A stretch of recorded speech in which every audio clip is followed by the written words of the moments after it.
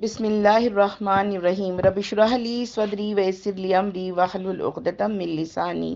یفقہوا قولی۔ دعوت دین کی اہمیت اور تقاضے، اس کے مصنف ہیں مولانا امین احسن اصلاحی مرحوم۔ تبلیغ کس کے لیے؟ انبیاء کی ضرورت۔ اللہ تعالیٰ نے انسان کی فطرت کے اندر نیکی اور بدی کے پہچاننے کی قابلیت اور نیکی کا اختیار کرنے اور بدی سے بچنے کی خواہش ودیت کر دی ہے۔ اس پہلو سے انسان ایک اعلیٰ خلقت اور ایک بلند فطرت لے کر دنیا میں آیا ہے، اور اس بات کا اہل ہے کہ اپنی سمجھ سے نیکی کو پسند اور بدی کو ناپسند کر کے اللہ تعالیٰ کے یہاں انعام کا مستحق ہو، اور اگر اپنی فطرت کے خلاف خیر کی جگہ شر کا راستہ اختیار کرے تو فاتر کی طرف سے اپنی اس خلاف فطرت روش پر سزا پائے۔ لیکن اگر ایک طرف اس کی فطرت میں پہلو خوبی اور کمال کا ہے تو دوسری طرف بعض اعتبارات سے اس میں خلا اور نقص بھی ہے۔ اس وجہ سے اللہ تعالیٰ نے نہ دنیا میں انسان کو ہدایت و ضلالت کے معاملے کو تنہا اس کی فطرت پر چھوڑا، اور نہ آخرت میں اس کو جزا و سزا دینے کے لیے اس فطری رہنمائی کو کافی قرار دیا، بلکہ فطرت کے مقتضیات اور اس کی مخفی قابلیتوں کو آشکارا کرنے اور خلق پر اپنی حجت تمام کرنے کے لیے اس نے اپنے نبیوں اور رسولوں کو بھیجا، تاکہ قیامت کے دن لوگ یہ عذر نہ کر سکیں کہ ان کو نیکی اور سچائی کا راستہ معلوم نہیں تھا۔ اس وجہ سے وہ گمراہی کی وادیوں میں بھٹکتے رہے۔ اس حقیقت کو قرآن مجید کی ان آیتوں میں واضح کیا گیا ہے۔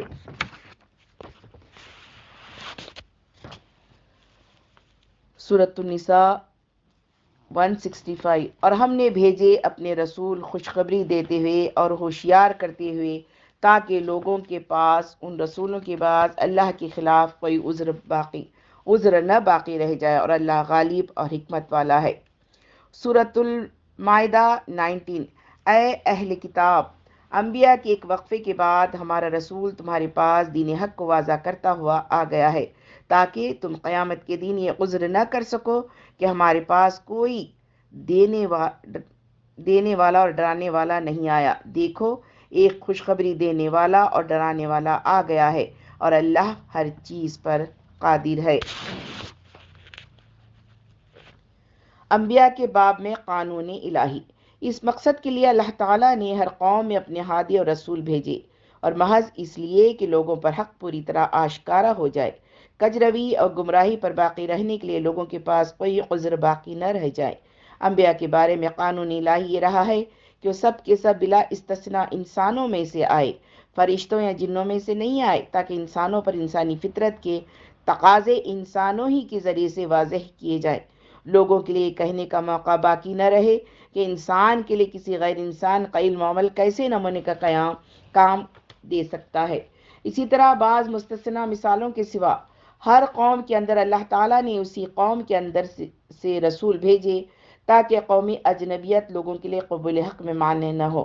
علی ھذا القیاس ہر قوم کے لوگوں پر اللہ کے رسولوں نے انہی کی زبان میں حق کی تبلیغ کی، تاکہ لوگوں پر حق اچھی طرح واضح ہو سکے، اور زبان صاف ستھری اور سب کے فہم سے قریب تر اور دل نشین استعمال کی۔ پھر اللہ کے ان رسولوں نے صرف یہی نہیں کہ لوگوں کو ایک مرتبہ حق کی طرف پکار دیا ہو، بلکہ اپنی پوری کی پوری زندگیاں اسی مقصد میں لگا دیں، اور جن باتوں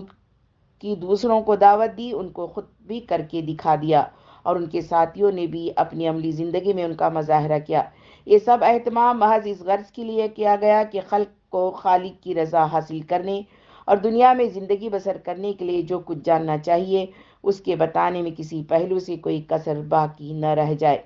اور لوگ قیامت کے دن اپنی شرارتوں اور بد عملیوں کا الزام اللہ سبحانہ تعالیٰ پر نہ ڈال سکیں۔ خاتم الانبیاء کی بعثت۔ جب تک دنیا نے تمدنی و اجتماعی زندگی کے وسائل نہیں پیدا کر لیے جو ساری دنیا کو ایک دائی حق کی دعوت پر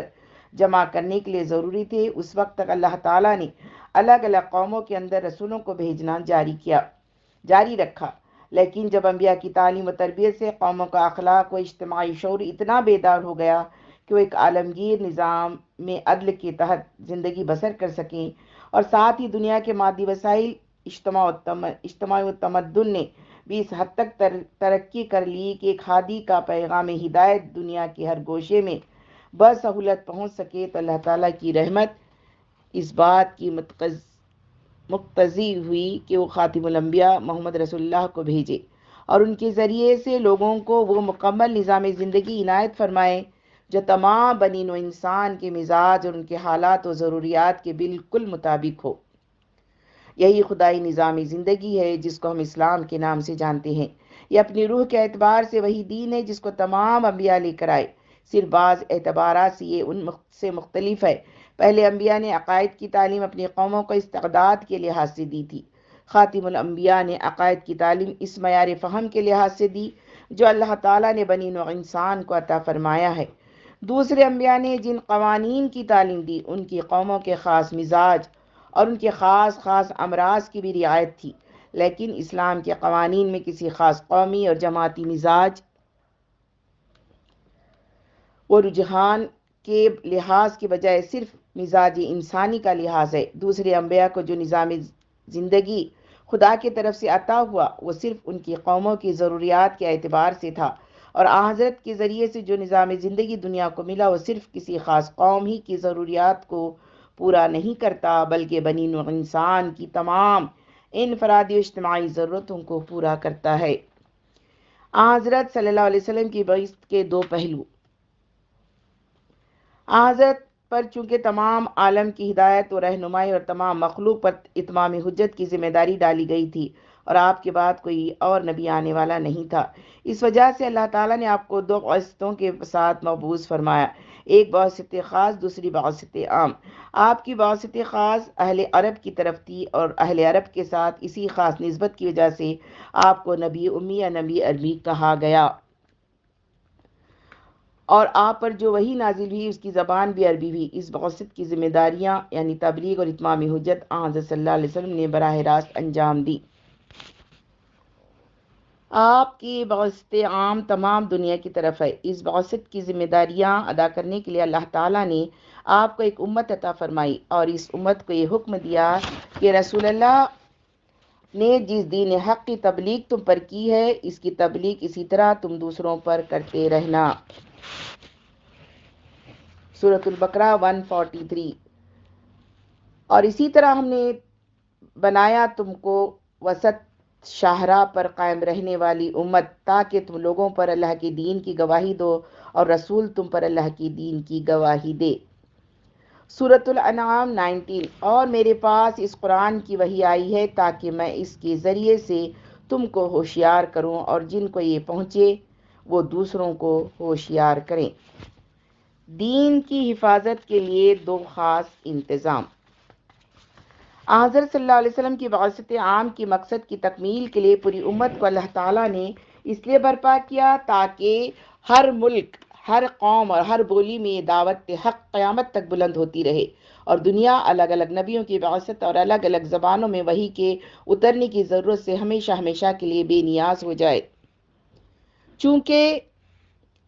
آپ کے بعد اب کسی اور نبی کی بعثت ہونے والی نہیں تھی، خلق کی رہنمائی اور اتمام حجت کی پوری ذمہ داری ہمیشہ کے لیے آپ کی امت پر ڈال دی گئی تھی۔ اس وجہ سے اللہ تعالیٰ نے دین کو صحیح حالت میں محفوظ رکھنے کے لیے دو خاص انتظام فرمائے۔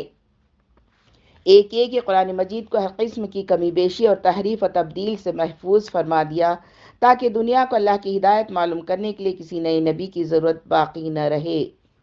دوسرا ہے کہ اس امت کے اندر جیسا کہ صحیح حدیثوں میں وارد ہے ہمیشہ کے لیے ایک گروہ کو حق پر قائم کر دیا تاکہ جو لوگ حق کے طالب ہوں ان کے لیے ان کا علم و عمل شمع راہ کا کام دیتا رہے۔ اس طرح کی ایک جماعت اگرچہ اس کی تعداد کتنی ہی تھوڑی ہو اس امت میں ہمیشہ باقی رہے گی، فتنوں کا کتنا ہی زور ہو، لیکن اس صالح جماعت حضرت صلی اللہ علیہ وسلم اور آپ کے صحابہ کے علم و عمل کو زندہ رکھے گی۔ جب ضلالت کا سر اس امت کے رگ ریشے میں اس طرح سرایت کر جائے گا جس طرح دیوانے کتے کے کاٹے ہوئے آدمی کے رگ ریشے میں اس کا زہر سرایت کر جاتا ہے، اس وقت بھی اللہ تعالیٰ اس امت کے ایک عضو کو اس زہر سے محفوظ رکھے گا۔ جب دنیا کا خمیر اتنا بگڑ جائے گا کہ معروف منکر بن جائے گا اور منکر معروف بن جائے گا، اور اہل بدعت کا اتنا زور ہوگا کہ معروف کے ان داعیوں کی حیثیت دنیا میں اجنبیوں اور بیگانوں کی ہو جائے گی۔ اس وقت بھی یہ لوگ خلق و معروف کی طرف پکارتے رہیں گے اور ہر قسم کی مخالفتوں کے باوجود لوگوں کی پیدا کی ہوئی خرابیوں کی اصلاح کی کوشش کریں گے۔ ہر دور میں اس طرح کی جماعت کو باقی رکھنے سے اللہ تعالیٰ کا منشا یہ ہے کہ جس طرح علم وحی کو قرآن کی صورت میں قیامت تک کے لیے محفوظ کر دیا گیا ہے، اسی طرح اللہ کے رسول اور رسول کے صحابہ کے علم و عمل کو اس جماعت کے ذریعے سے ہمیشہ کے لیے محفوظ کر دیا جائے اور خلق کی ہدایت اور رسول کی حجت تمام کرنے کے لیے جو روشنی مطلوب ہے وہ کبھی گل ہونے نہ پائے۔ حضرت مسیح علیہ السلام کے الفاظ میں لوگ پہاڑی کے چراغ ہوں گے جن سے راہ ڈھونڈنے والے رہنمائی حاصل کریں گے، اور زمین کے نمک ہوں گے جن سے کوئی چیز نمکین کی جا سکے گی۔ تبلیغ بحیثیت ایک فریضہ رسالت۔ اس تفصیل سے بات معلوم ہے کہ شہادت علی الناس یا تبلیغ دین محض بطور ایک نیکی اور دینداری کے کام کے مطلوب نہیں ہے، اور نہ محض مسلمانوں کی تعداد بڑھانے کے لیے مطلوب ہے، بلکہ حضرت صلی اللہ علیہ وسلم کی بعثت عام کا جو مقصد اس امت کے ہاتھوں پورا ہونا ہے، یہ اس کا مطالبہ ہے جو اللہ کے ہر اس بندے کو ادا کرنا ہے جو حضرت کی امت میں داخل ہے۔ یہ ایک فریضہ رسالت ہے جو حضور کے بعد اللہ تعالیٰ نے اس امت پر ڈالا ہے۔ اگر مسلمان ان فرض کی ادائیگی میں کوئی کوتاہی کریں گے تو وہ اس فریضہ رسالت کی ادائیگی میں کوتاہی کریں گے جس کا بار اللہ تعالیٰ نے ان کے اوپر ڈالا ہے، اور اس کوتاہی کا لازمی نتیجہ یہ ہے کہ اللہ تعالیٰ ان کو خیر امت کے اس منصب سے محروم کر دے گا جس پر اس فرض کی ادائیگی کے لیے ان کو سرفراز فرمایا ہے، اور ساری دنیا کی گمراہی کا وبال ان کے سر آئے، کیونکہ آج خلق پر اتمام حجت کا ذریعہ یہی ہے۔ اگر یہ اتمام حجت کے فرض کو ادا نہ کریں تو دنیا قیامت کے دن اللہ تعالیٰ کے سامنے اپنی گمراہیوں کے لیے یہ عذر کر سکتی ہے کہ تو نے جن کو شہداء علی الناس بنایا تھا اور جن پر ہماری رہنمائی کی ذمہ داریاں ڈالی تھیں، انہوں نے ہمارے سامنے تیرے دین کی تبلیغ نہیں کی، ورنہ ہم ان ضلالتوں میں نہ پڑتے اور مسلمان اس الزام کا کوئی جواب نہ دے سکیں گے۔ تبلیغ کی شرائط۔ شہادت علی الناس یا تبلیغ امت کی یہ ذمہ داری صرف اس بات سے ادا نہیں ہو سکتی کہ دنیا میں مسلمان نامی ایک گروہ موجود ہے، خواہ وہ شہادت علی الناس کا یہ فرض انجام دے یا نہ دے، اور نہ ان الٹی سیدھی تدبیروں سے ادا ہو سکتی ہے جن سے نہ صرف یہ کہ دعوت حق کے مقصد کو کوئی فائدہ نہیں پہنچا بلکہ الٹا ان سے شدید نقصان پہنچا۔ ایک نہایت اہم فریضہ رسالت کی ادائیگی ہے، اس وجہ سے ضروری ہے کہ اس کو ان شرائط کے ساتھ انجام دیا جائے جن شرائط کے ساتھ اللہ تعالیٰ نے اس کو انجام دینے کا حکم دیا ہے، اور جن شرائط کے ساتھ حضرات انبیاء اکرام علیہ السلام نے اس کو انجام دیا ہے۔ یہاں ہم ان بعض شرطوں کے ساتھ اشارہ کرنا چاہتے ہیں جو اس فرض کی ادائیگی کے لیے ناگزیر ہیں۔ پہلی شرط۔ اس شہادت کی پہلی شرط یہ ہے کہ ہم جس دین حق کے شاہد ہیں پہلے صدق دل کے ساتھ اس پر خود ایمان لائیں۔ حضرات انبیاء اکرام جس حق کی دعوت دیتے تھے پہلے اس پر خود ایمان لاتے تھے، اپنے آپ کو اس حق سے بالاتر نہیں سمجھتے تھے۔ سورۃ البقرہ 285۔ رسول ایمان لایا اس چیز پر جو اس کے رب کی جانب سے اس پر اتاری گئی، اور اہل ایمان اس حق پر ایمان لانے کے بعد جو چیزیں اس کے خلاف ہوئیں، خواہ وہ آبا و اجداد کا دین ہو، خواہ قوم و قبیلے کی عصبیت ہو، خواہ اپنا شخصی اور جماعتی مفاد ہو، سب سے دستبردار ہونے کے لیے انہوں نے سب سے پہلے اپنے آپ کو پیش کیا اور ان سارے خطرات میں جو اس ایمان کے سبب سے پیش آئے۔ انا اول المومنین اور انا اول المسلمین، میں پہلا مومن ہوں، میں پہلا مسلم ہوں کہتے ہوئے انہوں نے خود چھلانگ لگائی۔ یہ نہیں ہوا کہ خود تو اس کے کنارے پر کھڑے رہے لیکن دوسروں کو للکارا کہ تمہاری نجات اگر ہے تو بس اس میں چھلانگ لگا دینے میں ہے۔ دوسری شرط یہ ہے کہ آدمی جس حق پر ایمان لایا ہے اس کی زبان سے شہادت دے۔ جو شخص ایک حق پر ایمان لایا اگر اس کو ظاہر کر سکنے کے باوجود ظاہر نہیں کرتا تو گونگا شیطان ہے، اور قیامت کے دن اس پر حق کو چھپانے کا وہی جرم عائد ہوگا جو یہود پر ہوا تھا۔ آل عمران 187۔ اور یاد کرو جب اللہ نے اہل کتاب سے عہد لیا کہ تم کتاب الہی کو پوری وضاحت کے ساتھ لوگوں کے سامنے پیش کرو گے اور اس کو چھپاؤ گے نہیں۔ اس معاملے میں مصلحت بینی جو کچھ بھی ہونی چاہیے وہ دراصل حق کی خاطر ہونی چاہیے کہ اس کا اظہار صحیح طریق پر، صحیح محل میں، صحیح مخاطب کے سامنے ہو تاکہ دعوت حق کا تخم بار آور ہو۔ اگر آدمی حق کو بالکل نظر انداز کر کے مجرد اپنی ذاتی مفاد کے پیش نظر ایک امر حق کے اظہار سے جی چراتا ہے یا اس سے غفلت برتتا ہے تو صرف بعض مستثنی حالات ہی میں اس کی اجازت ہے، مثلاً یہ کہ آدمی کی جان کے لیے کوئی واقعی خطرہ ہوا اور وہ اس امر کو محسوس کرتا ہو کہ اس وقت حق کی خدمت کے نقطہ نظر سے بھی زیادہ بہتر یہی ہے کہ اپنی جان بچا لی جائے۔ اس طرح کی کسی واقعی خطرے کے بغیر اگر کوئی شخص اظہار حق سے جی چراتا ہے تو یا تو وہ منافق ہے یا کم از کم بے غیرت اور بے حمیت۔ تیسری شرط یہ ہے کہ شہادت صرف قول ہی سے نہ دی جائے بلکہ عمل سے بھی دی جائے۔ اسلام میں وہ شہادت معتبر نہیں ہے جس کے ساتھ عمل کی تائید و توثیق موجود نہ ہو۔ بعض لوگ نبی اکرم کی خدمت میں آتے ہیں اور آپ کے سامنے بسا اوقات قسمیں کھا کر کہتے ہیں کہ یہ شہادت دیتے ہیں کہ آپ اللہ کے رسول ہیں، لیکن اللہ تعالیٰ نے ان کی اس شہادت کو تسلیم نہیں کیا، فرمایا کہ یہ لوگ منافق اور جھوٹے ہیں، اور اس کے ثبوت میں ان اعمال و اقوال کو ان کے سامنے رکھ دیا جن سے صاف اسلام اور مسلمانوں کی بدخواہی اور حق دشمنیاں نمایاں تھی۔ جو شخص ایک امر کو حق مانتا ہے اور لوگوں کو اس کی دعوت بھی دیتا ہے، اس کے لیے لازمی ہے کہ اس کا عمل اس کے موافق ہو، ورنہ وہ ان علماء یہود کے نقش قدم کا پیرو ہے جن کو قرآن نے ملامت کی ہے کہ تم دوسروں کو تو خدا کے ساتھ وفاداری کی دعوت دیتے ہو لیکن خود اپنے آپ کو بھول جاتے ہو۔ جس آدمی یا جس گروہ کا رویہ اس کی دعوت کے خلاف ہے وہ در حقیقت اپنی دعوت کی تردید کے دلائل خود پیش کرتا ہے، اور عمل کی دلیل چونکہ قول کی دلیل سے زیادہ قوی ہے، اس وجہ سے خود اس کا رویہ اس کے دعوے کے خلاف ایسی حجت ہے کہ اس کے بعد اس کی تردید کے لیے کسی اور حجت کی ضرورت باقی نہیں رہتی۔ مسلمان اگر اللہ کے دین کے شاہد ہیں تو اس کا لازمی تقاضا ہے کہ اس پر ایمان بھی لائیں، اس کی دعوت بھی دیں اور اپنی انفرادی اجتماعی زندگی کے تمام گوشوں پر اس پر عمل بھی کریں، ورنہ اس شہادت کا حق ادا نہیں ہو سکتا جس پر اللہ تعالیٰ نے ان کو مامور کیا ہے۔ زندگی کے عملی معاملات میں اس دین سے منحرف رہنا اور زبان سے اس کے حق ہونے کی شہادت دینا خلق کے اوپر اتمام حجت کے نقطہ نظر سے ایک بالکل ہی لغو حرکت ہے۔ ایسے بے عمل واعظوں کے وعظوں کی بنا پر اللہ تعالیٰ اگر اپنی مخلوق کو مجرم ٹھہرائے تو یہ بات اس کے عدل کے خلاف ہوگی۔ البتہ اس کا یہ نتیجہ ضرور نکلے گا کہ خود مسلمانوں پر اس کے دین کی حجت پوری طرح تمام ہو جائے اور قیامت کے دن اپنے اقراروں پر پکڑے جائیں گے۔ عملی معاملات میں دین سے انحراف کی جو شکلیں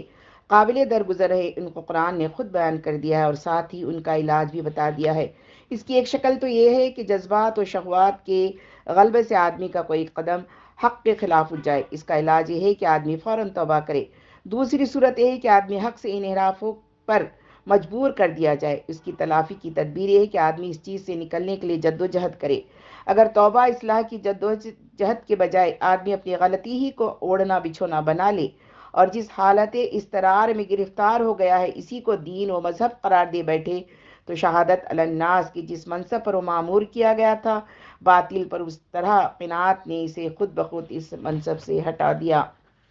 چوتھی شرط یہ کہ یہ شہادت ہر قسم کی قومی و گروہی عصبیت سے بالاتر ہو کر دی جائے۔ نہ کسی قوم کی دشمنی ہمیں اس حق سے منحرف کر سکے جس کے ہم داعی ہیں، اور نہ کسی قوم کی حمایت و حمیت کا جذبہ اس سے ہمیں منحرف کر سکے۔ اپنے مخالفوں کے مقابلے میں ہمیں جس طرح بے لاگ ہونا چاہیے اس کی تعلیم قرآن نے ان الفاظ میں دی ہے۔ المائدہ 8۔ اے ایمان والو، اللہ کے لیے حق کی شہادت دینے والے بنو اور کسی قوم کی مخالفت تمہیں اس بات پر آمدہ نہ کرے کہ تم انصاف سے ہٹ جاؤ، اور اپنے دوستوں اور عزیزوں کے مقابلے میں جس طرح بے لوث ہونا چاہیے اس کی تعلیم اس طرح دی ہے۔ سورۃ النساء 135۔ اے ایمان والو، حق کے برپا کرنے والے بنو، اللہ کے لیے گواہی دیتے ہوئے اگرچہ یہ تمہارے اور تمہارے والدین اور اقربا کے خلاف ہی کیوں نہ پڑے۔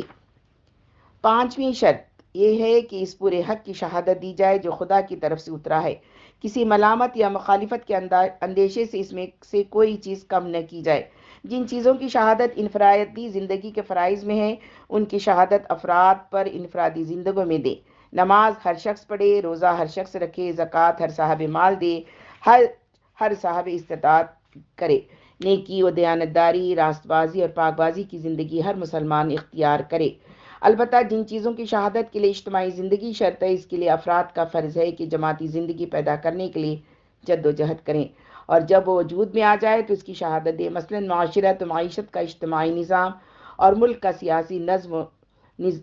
و نسق افراد کے بس کی چیز نہیں ہے، اس کو اسلامی ڈھانچے میں ڈھالنے کے لیے ایک جماعت کی قوت درکار ہے۔ اس وجہ سے اس سلسلے میں سب سے مقدم ضرورت ایک صالح جماعت کے قیام کی ہے۔ اس جماعت کے قیام کے بعد اجتماعی زندگی کے ہر گوشے میں بھی اس حق کی شہادت واجب ہو جائے گی جو اللہ تعالیٰ کی طرف سے اترا ہے۔ ذیل میں ہم چند آیتیں نقل کرتے ہیں جن سے معلوم ہوگا کہ کس طرح نبی اکرم کو پورے دین کی بغیر کسی کمی بیشی کی دعوت کی تاکید کی گئی۔ سورۃ المائدہ 67۔ اے رسول، جو حق تم پر تمہارے رب کی جانب سے اتارا گیا ہے، اس پورے حق کی تبلیغ کرو۔ اگر تم نے ایسا نہ کیا تو تم نے خدا کے فرض رسالت کو ادا نہیں کیا، اور مخالفوں کی پرواہ نہ کرو، اللہ لوگوں کے شر سے تمہاری حفاظت کرے گا۔ سورۃ الاحزاب 39۔ جو اللہ کے حکموں کو پہچانتے ہیں اور اسی سے ڈرتے ہیں اور اللہ کے سوا کسی اور سے نہیں ڈرتے۔ سورۃ الاحزاب 48۔ اور کافروں اور منافقوں کی بات پر دھیان نہ کر، ان کی ایذا رسانیوں سے درگزر کر اور اللہ پر بھروسہ کر۔ سورہ شورى 15۔ پس اسی راہ کی دعوت دے اور اسی پر جمع رہے جیسا کہ تم کو حکم دیا گیا ہے، اور ان کی بدعتوں کی پیروی نہ کر، اور کہہ دے کہ اللہ نے جو کتاب اتاری ہے میں اس پر ایمان لایا ہوں۔ چھٹی شرط یہ ہے کہ جب ضرورت ہو اللہ کے دین کی شہادت جان دے کر دی جائے۔ یہ شہادت کا سب سے اونچا مرتبہ ہے۔ اسی وجہ سے ان لوگوں کو جنہوں نے اللہ کے دین کو برپا کرنے کے لیے جہاد کیا اور جس حق پر ایمان لائے تھے اس کے حق ہونے کی گواہی تلواروں کی چھاؤں میں بھی دی، ان کو شہید کیا گیا۔ اور غور کیجئے تو ان لوگوں کے سوا نہ اس لقب کا کوئی اور مستحق ہو سکتا ہے اور نہ اس لقب کے سوا کوئی اور لقب ان کے لیے موزوں ہو سکتا ہے۔ اس امت پر شہادت علی الناس کی جو ذمہ داری اللہ تعالیٰ کی طرف سے ڈالی گئی ہے، اس کو پورا کرنے والے ہزاروں لاکھوں ہو سکتے ہیں، اور ان میں سے ہر ایک اپنی اپنی محنت کا اللہ کے ہاں اجر بھی پائے گا۔ لیکن جنہوں نے اس راہ میں اپنا پورا سرمایہ زندگی لگا دیا اور اپنے سر دے کر اس حق کی گواہی دی، در حقیقت وہی اس بات کے اہل ہیں کہ ان کو شہید کا لقب ملے، کیونکہ ایک چیز کے حق ہونے کی اس سے بڑی شہادت کوئی اور نہیں ہو سکتی کہ آدمی اس کی حمایت و نصرت کی راہ میں اپنا سر کٹا دے۔ پس جو ہمت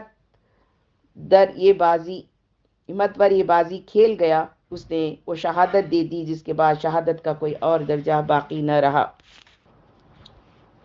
مسلمانوں کا فرض منصبی، یہی فرض رسالت ہے جس کی وجہ سے اس امت کو خیر امت کہا گیا ہے۔ اگر مسلمان اس فرض منصبی کو بھلا دے تو یہ دنیا کی قوموں میں سے بس ایک قوم ہے، نہ ان کے اندر کوئی خاص خوبی ہے، نہ کوئی خاص وجہ فضیلت، اور نہ پھر اللہ تعالیٰ کو اس بات کی پرواہ ہے کہ وہ دنیا میں عزت کے ساتھ زندگی بسر کر رہے ہیں یا ذلت کے ساتھ، بلکہ اس فرض کو فراموش کر دینے کے بعد وہ اسی طرح اللہ تعالیٰ کی ایک معطوب قوم بن جائیں گے، جس طرح دنیا کی دوسری قومیں جو خدا کی طرف سے کسی منصب پر سرفراز کی گئی تھیں، اپنا فرض انجام نہ دینے کی وجہ سے معطوب ہو گئیں۔ چنانچہ جس آیت میں مسلمانوں کے خیر امت ہونے کا ذکر ہے، اسی میں ان کی ذمہ داری بھی واضح کر دی گئی ہے۔ آل عمران 110۔ تم بہترین امت ہو جو لوگوں کے لیے برپا کیے گئے ہو، نیکی کا حکم دیتے ہوئے، برائی سے روکتے ہوئے اور اللہ پر ایمان لاتے ہوئے۔ اس جماعتی فرض کو ادا کرنے کی باضابطہ صورت خود اللہ تعالیٰ کی بتائی ہوئی یہ ہے۔ آل عمران 104۔ اور چاہیے کہ ہو تم میں سے ایک گروہ جو لوگوں کو بھلائی کی طرف بلائے، معروف کا حکم دے اور منکر سے روکے، اور یہی لوگ کامیاب ہونے والے ہیں۔ اس حکم کی تعمیل میں مسلمانوں نے حضور کے بعد پہلا کام جو کیا وہ یہ تھا کہ ٹھیک نبوت کے طریق پر خلافت کی بنیاد رکھی۔ یہ ادارہ نیکی کی دعوت، معروف کے حکم اور منکر سے روکنے کا ایک جماعتی ادارہ تھا جو مسلمانوں نے اس لیے قائم کیا کہ اس جماعتی فرض کو انجام دے سکے جو حضور کے بعد اس امت کو حق پر استوار رکھنے اور دنیا کو حق کی دعوت دینے کے لیے اس امت پر ڈالا گیا تھا۔ جب تک ادارہ صحیح طریقے پر قائم رہا، اپنے فرائض مسلمانوں کے اندر بھی اور مسلمانوں سے باہر بھی انجام دیتا رہا۔ ہر مسلمان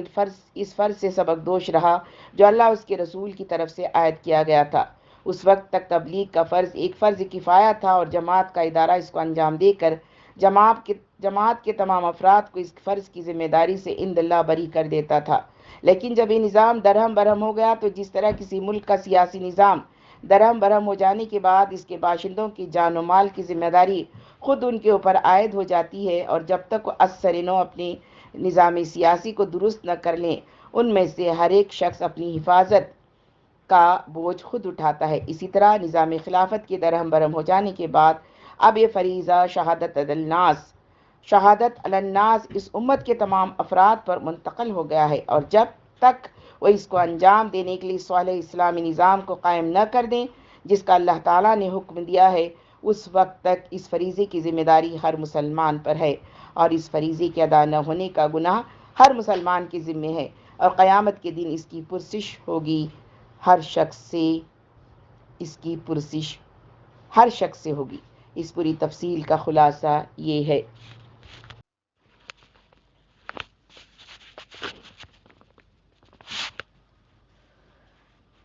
داعی حق کی ذمہ داری۔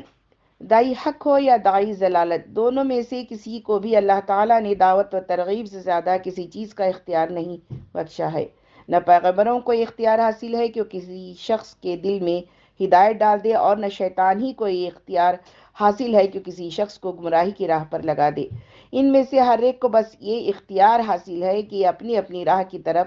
خلق خدا کو بلا سکتے ہیں۔ ہدایت یا ضلالت کو اختیار کرنے والے کی اپنی پسند اور اللہ تعالیٰ کی خاص توفیق و تیسیر پر منحصر ہے۔ اس توفیق و تیسیر کے لیے اللہ تعالیٰ نے ایک ضابطہ بنا دیا ہے جس کے مطابق اپنے سلیم الفطرت اور ہدایت پسند بندوں کو نبیوں کے راستے پر چلنے کی توفیق عطا فرماتا ہے، اور کج روی اور گمراہی کو پسند کرنے والوں کے لیے شیطان کے راستوں پر چلنا آسان کر دیتا ہے۔ یہی حقیقت نبی اکرم پر ان آیات میں واضح کی گئی۔ سورۃ القصص 56۔ تم جس کو چاہو ہدایت نہیں دے سکتے، بلکہ اللہ تعالیٰ جس کو چاہتا ہے ہدایت دیتا ہے۔ سورہ یوسف 103۔ اور اکثر لوگ خواہ تم کتنا ہی چاہو ایمان نہیں لانے کے۔ سورۃ النحل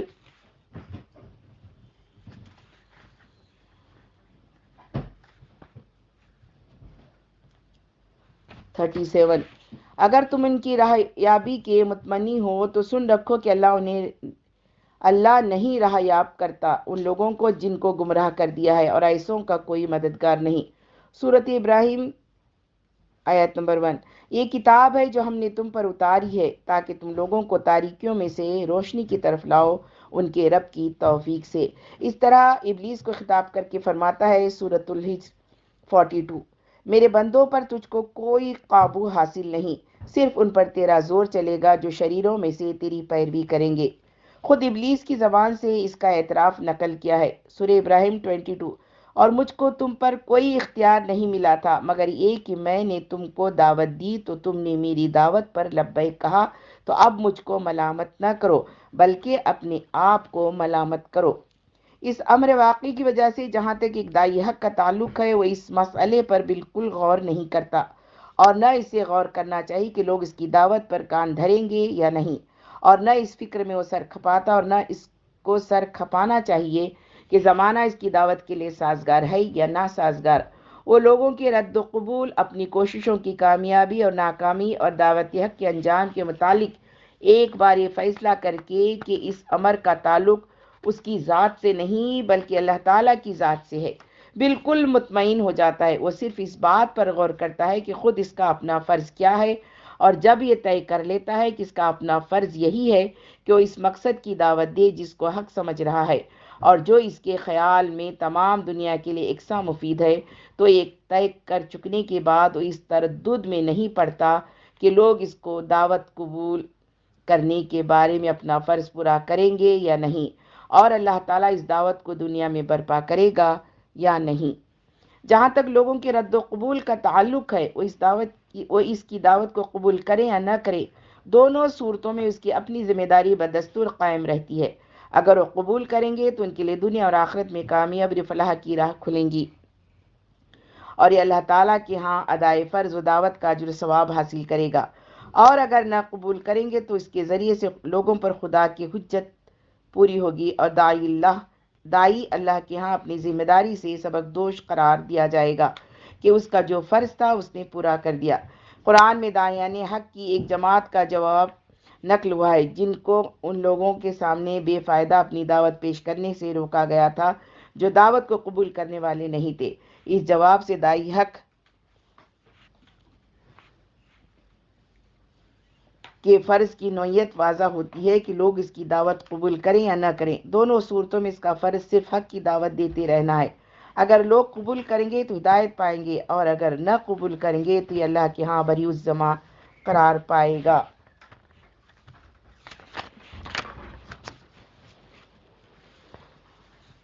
سورۃ الاعراف 164۔ اور جب کہ کہا ان میں سے ایک جماعت نے کہ ایسے لوگوں کو کیوں نصیحت کرتے ہو جن کو یا تو اللہ تعالیٰ ہلاک کرنے والا ہے یا کم از کم سخت عذاب دینے والا ہے۔ انہوں نے جواب دیا کہ اس لیے کہ اللہ تعالیٰ کے ہاں ہمارا عذر واضح ہو جائے اور تاکہ وہ خدا سے ڈریں۔ باقی رہا اللہ تعالیٰ کی مدد و نصرت کا معاملہ تو مجرد یہ بات کہ اللہ تعالیٰ نے اس پر اس حق کو واضح کیا ہے اس کے دل کے اندر اطمینان پیدا کرتی ہے کہ اس حق کی دعوت دینا، لوگوں کے لیے اس کا قبول کرنا اور دنیا میں اس کا فروغ پانا ممکن ہے، اور اگر وہ اس کی طرف لوگوں کو بلانے اور دنیا میں اس کو برپا کرنے کا عزم لے کر اٹھے گا تو اللہ ضرور اس کام میں اس کی امداد فرمائے گا۔ ایک رحیم و کریم خدا کے متعلق وہ یہ بدگمانی نہیں کر سکتا کہ جس راستے کی طرف وہ رہبری کرے کہ وہ یہ صراط مستقیم ہے، اس راستے پر چلانا ناممکن ہو، اور جس نظام زندگی کی بابت وہ فرمائے کہ فطری نظام زندگی ہے وہ اتنا پیچیدہ اور ناممکن العمل ہو کہ لوگ اس کو اختیار ہی نہ کر سکیں۔ نیز ایک عادل و مہربان پروردگار کے متعلق وہ یہ بدگمانی بھی نہیں کر سکتا کہ وہ اس پر ایک فرض عائد کر کے یہ حکم دے کہ تیرے کرنے کا کام یہ ہے اور اسی کے کرنے میں تیری نجات اور میری خوشنودی ہے، لیکن جب اس کو کرنا شروع کرے اور اس کے سامنے مشکلیں آئیں تو اس کو تنہا بے یار و مددگار چھوڑ دے اور اس کی کوئی مدد نہ فرمائے۔ اللہ تعالیٰ کے ساتھ یہ حسن ظن اور یہ اعتماد ہر داعی حق کے اندر موجود ہوتا ہے، اور مخالفین جب اس کی راہ میں روڑے اٹکانے شروع کرتے ہیں اور بظاہر ایسا محسوس ہونے لگتا ہے کہ یہ کام اب آگے نہیں بڑھنے کا ہے تو یہی اعتماد اس کی ڈھارس بندھاتا ہے کہ جس راستے کی طرف خود خدا نے اشارہ فرمایا ہے کہ راہ حق یہ ہے تو اس پر چلنے والا منزل مقصود تک ضرور پہنچ کر رہے گا، اور اس راہ میں خواہ کتنی ہی دشواریاں کیوں نہ پیش آئیں لیکن بالآخر اللہ کی مدد ضرور آ کر رہے گی۔ داعیان حق کا اللہ تعالیٰ کے ساتھ یہی تعلق اور اعتماد ہے جو سورہ ابراہیم کی آیت سے ظاہر ہو رہا ہے۔ سورہ ابراہیم 12۔ اور کیوں نہ ہم اعتماد کریں اللہ پر جب کہ اس نے خود ہم پر ہماری راہیں کھولی ہیں، اور ہم صبر کریں گے ان تکلیفوں پر جو تم ہمیں پہنچاؤ گے، اور اللہ ہی پر چاہیے کہ بھروسہ کرنے والے بھروسہ کریں۔ بسا اوقات ایسا ہوتا ہے کہ داعی اپنی ذمہ داری کی حدود متعین کرنے میں غلطی کر جاتا ہے۔ وہ یہ سمجھنے لگ جاتا ہے کہ اس پر صرف اسی حد تک ذمہ داری نہیں ہے کہ وہ حق کو لوگوں تک ٹھیک پہنچا دے، بلکہ وہ اس بات کا بھی ذمہ دار ہے کہ لوگ اس حق کو قبول بھی کر لیں۔ اس غلطی کا لازمی نتیجہ ایک تو یہ ہوتا ہے کہ داعی کے اندر حق کے خالص کو پیش کرنے کے بجائے مخالفین کے باطل عقائد و افکار کے ساتھ سمجھوتہ کرنے کا رجحان پیدا ہو جاتا ہے، اور دوسرا نتیجہ یہ ہوتا ہے کہ وہ ایک بالکل غلط ذمہ داری اپنے سر اٹھا لینے کی وجہ سے اپنی زندگی سخت افکار اور الجھنوں میں ڈال دیتا ہے۔ اس طرح کی غلطیوں سے بچانے کے لیے قرآن نے مفصل ہدایت دی ہیں، مثلاً سورۃ الانعام 69۔ ان لوگوں سے جو خدا سے ڈرتے ہیں ان لوگوں کے اعمال کی پرسش نہ ہوگی جو خدا سے نہیں ڈرتے، بلکہ ان لوگوں کی ذمہ داری صرف یاد دہانی کر دینا ہے تاکہ وہ ڈرے۔ سورۃ الانعام 106-107۔ تو پیروی کر اس چیز کی جو تیرے اوپر خدا کی طرف سے اتاری جا رہی ہے، اس کے سوا کوئی معبود نہیں ہے، اور مشرکوں سے اعراض کرو۔ اگر اللہ چاہتا کہ مشرکین شرک نہ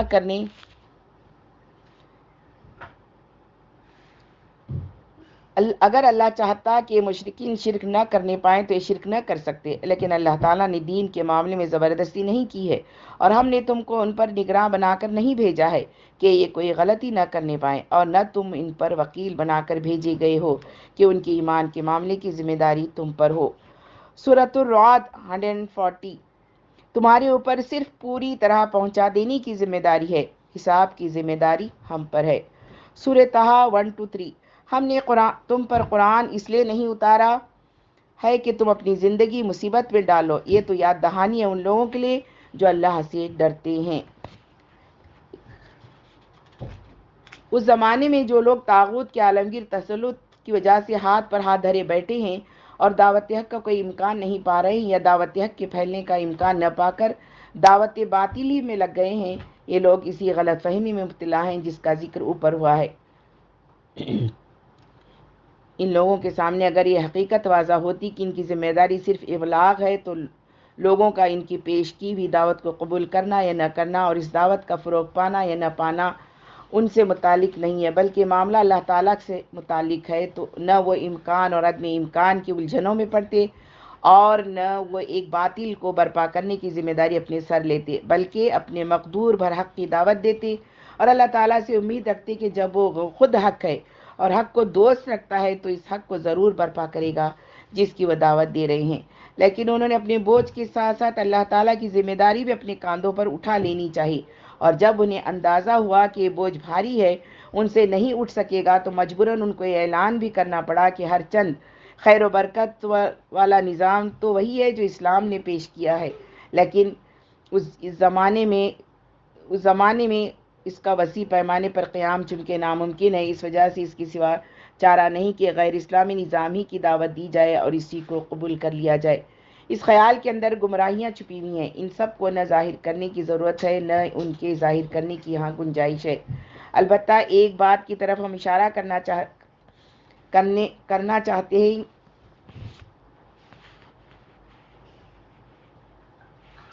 کہ ان حضرات نے دیدہ و دانستہ حق کی راہ چھوڑ کر باطل کی راہ محض اس خیال سے اختیار کی کہ اس راہ پر چل کر وہ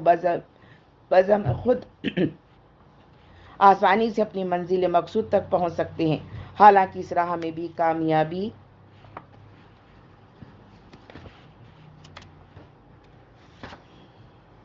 جس کو کامیابی سمجھتے ہیں اگر حاصل ہوگی تو اللہ کے حکم ہی سے حاصل ہوگی، نہ کہ خود ان کی سعی و تدبیر سے۔ تو بجائے اس کے کہ وہ ایک باطل راہ پر چل کر اس بات کا انتظام کرتے کہ اللہ تعالیٰ اس راہ میں ان کی رسی دراز کرے، کیا یہ بہتر نہ تھا کہ خود بھی راہ حق پر چلتے اور اسی پر چلنے کی دوسروں کو بھی دعوت دیتے اور اللہ تعالیٰ کی طرف سے توفیق اور کامیابی کے منتظر رہتے؟ یہ خطرناک غلطی جس کا ان کی ساری جدوجہد کو ایک بالکل غلط راہ پر لگا دیا، صرف اس بات کا نتیجہ ہے کہ بحیثیت داعی انہوں نے اپنی ذمہ داری کی حدود کو ٹھیک ٹھیک متعین نہیں کیا۔ انہوں نے اپنا فرض صرف اس قدر نہیں سمجھا کہ جس حق کی طرف اللہ تعالیٰ نے ان کو ہدایت کی ہے اس حق کو بلا کم اوقات لوگوں تک پہنچا دیں، بلکہ اپنا فرض یہ بھی سمجھا کہ لوگوں کو اس کا معتقد بھی بنا دیں، اور جب یہ کام انہیں بہت مشکل نظر آیا تو انہوں نے حق کو چھوڑ کر باطل ہی کو اختیار کر لیا کہ لوگ آسانی سے اس کے معتقد بن سکیں۔ یہ غلطی لازمی طور پر ایک داعی کو رحمان کے راستے سے ہٹا کر شیطان کے راستے پر ڈال دیتی ہے، اور وہ صرف داعی ہی نہیں رہ جاتا بلکہ مدعی بن کر خدا کے حقوق میں در اندازی کرنے والا اور ایک نیا دین پیش کرنے والا بن جاتا ہے۔ ایک داعی اگر اپنی حیثیت کو اچھی طرح پہچانتا ہے تو اس سے اس بات کا اندیشہ تو نہیں ہو سکتا کہ وہ مایوس اور بددل ہو کر بیٹھ رہے یا حق کی جگہ باطلی کی دعوت شروع کر دے۔ البتہ اس کو اس پہلو سے اپنی نگرانی کرنی پڑتی ہے کہ کہیں اس خیال کی وجہ سے کہ اس کے اوپر صرف ابلاغ ہی کی ذمہ داری ہے، اس کے اندر بے پرواہی اور سہل انگاری نہ پیدا ہو جائے۔ اپنے آپ کو اس چیز سے بچانے کے لیے اس کو ہمیشہ ان ذمہ داریوں کو سامنے رکھنا پڑتا ہے جو داعی پر بحیثیت داعی عائد ہوتی ہیں، اور جن کا لحاظ نہ رکھنے کی صورت میں ڈر ہے کہ اللہ تعالیٰ کے ہاں اس سے مواخذہ ہو جائے کہ اس نے تبلیغ یا ادائے شہادت کا فرض اس طرح ادا نہیں کیا جس طرح اس کو ادا کرنے کا حق تھا۔ حضرات انبیاء کا جہاں تک تعلق ہے، ان کو فرض رسالت کی ذمہ داریوں کا اس درجہ شدید احساس ہوتا تھا کہ بسا اوقات نہ اپنے ضروری آرام کا خیال کرتے، نہ اپنی اور اپنی دعوت کی عزت و شان کا، بلکہ ان کے غیر معمولی انہماک سے ایسا ظاہر ہوا کہ گویا اپنے آپ کو لوگوں کے کفر ایمان کا ذمہ دار سمجھ رہے ہیں۔ اس انہماک پر اللہ تعالیٰ نے انبیاء کو محبت آمیز انداز میں ٹوکا، جس کی بعض مثالیں ہم اوپر نقل کرائے ہیں۔ یہی انہماک افراط و تفریط سے بچ کر ہر داعی حق کی خصوصیت ہونا چاہیے۔